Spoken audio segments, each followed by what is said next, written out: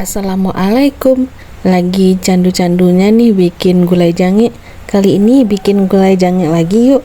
Tapi isiannya ada bermacam-macam. Dan gulai jange kali ini adalah gulai jange kesekian kalinya Upiak bikin karena seenak itu. Ini jange yang Upiak beli tadi di pasar tadi pagi. Pasar di sini cuma ada 1 kali seminggu dan jualnya itu banyak makanan-makanan tradisional. Dan salah satunya ini ada jange. Jange kali ini udah direbus sama si penjualnya, jadi kita tinggal olah saja. Selain jange juga ada nangka muda atau cubada di sini namanya. Nah, setelah itu juga ada kentang yang sudah Upiak kupas dan potong-potong, juga ada biji petai. Untuk tambahan sayurnya di sini Upiak pakai beberapa lembar saja daun tapak leman dan bawang merah bawang putih sebagai bumbu gulainya. Ini semua bahan-bahan yang Upiak pakai nanti ke dalam gulai kali ini. Ada berbagai macam ya di dalamnya, dan gulai kali ini isiannya sangat banyak. Hal pertama yang Upiak lakukan adalah potong-potong si daun tapak leman ini. Daun tapak leman ini kalau nggak salah bahasa Indonesianya daun mangkokan ya. Lebih enak itu kalau diiris tipis-tipis. Kalau dimasukkan ke dalam gulai, aromanya itu ada aroma khas dari daun tapak lemannya.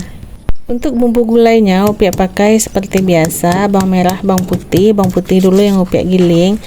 Tambahkan sedikit garam agar tidak licin, lalu baru tambahkan bawang merah dan tambahkan juga garamnya. Haluskan bawang merah dan bawang putih ini sampai halus. Untuk bumbu-bumbu lainnya Upiak sudah ada bumbu yang siap pakai atau yang sudah digiling.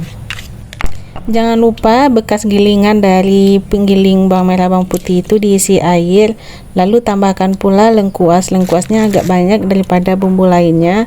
Setelah lengkuas itu ada kunyit yang sudah dihaluskan, lalu juga ada jahe. Kebetulan jahenya tinggal sedikit saja, dan biar nggak rugi-rugi kali si bungkusan jahenya itu ditambahkan air lalu dimasukkan ke dalam gulai ini. Lalu tambahkan pula cabai giling merah. Untuk takaran cabenya itu sesuai selera, seberapa pedas gulai yang kamu inginkan. Seperti halnya bumbu-bumbu gulai pasti ada dedaunan. Itu daun jeruk ya yang udah kering karena sudah kelamaan di kulkas.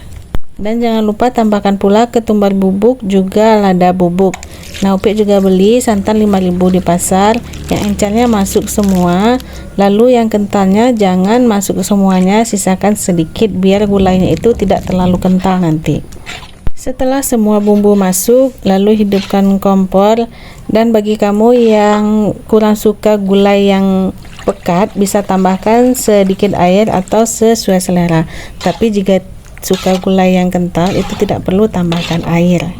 Diaduk-aduk semuanya sampai tercampur rata. Oh ya, di sini kan kita tadi pakai nangka muda atau cubada.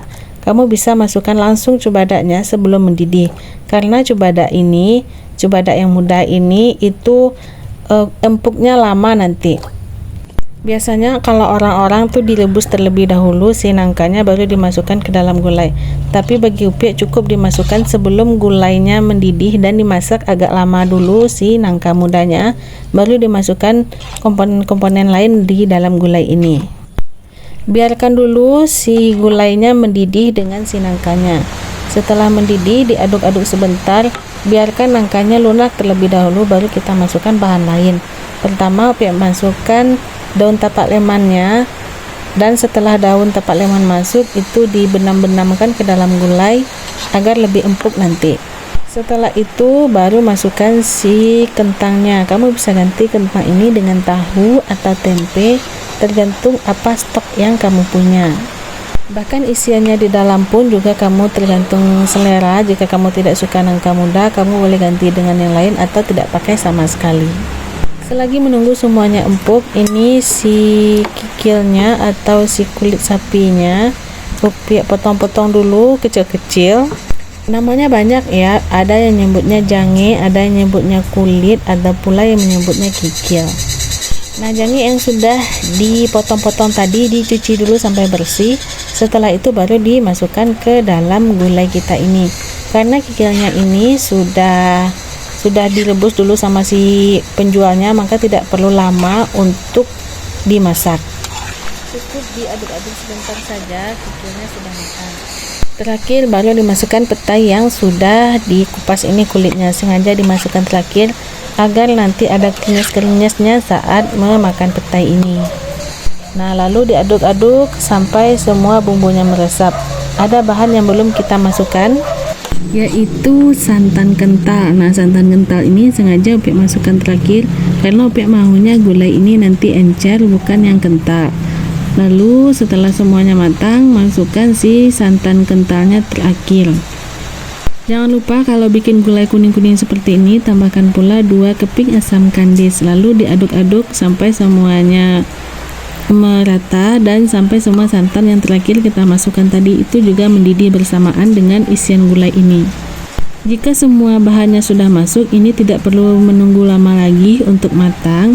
Dan jangan lupa kamu aduk-aduk juga agar makin meresap. Kamu tes rasanya apakah sudah pas atau perlu tambahan garam lagi.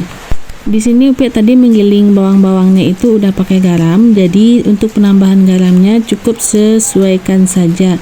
Di sini Upik tidak pakai penyedap atau bumbu MSG lainnya, jadi enaknya itu dari si rempah-rempah gulai ini. Nah, setelah semuanya matang, jangan lupa sajikan ke dalam mangkok kesayanganmu. Untuk resep kali ini sama dengan resep sebelumnya, kamu bisa cek video sebelumnya juga. Perbedaannya cuman pada isian si gulai ini. Jangan lupa di-recook ya, karena gulai kikil itu emang seenak itu, makanya Upik sering berulang-ulang membuat gulai ini.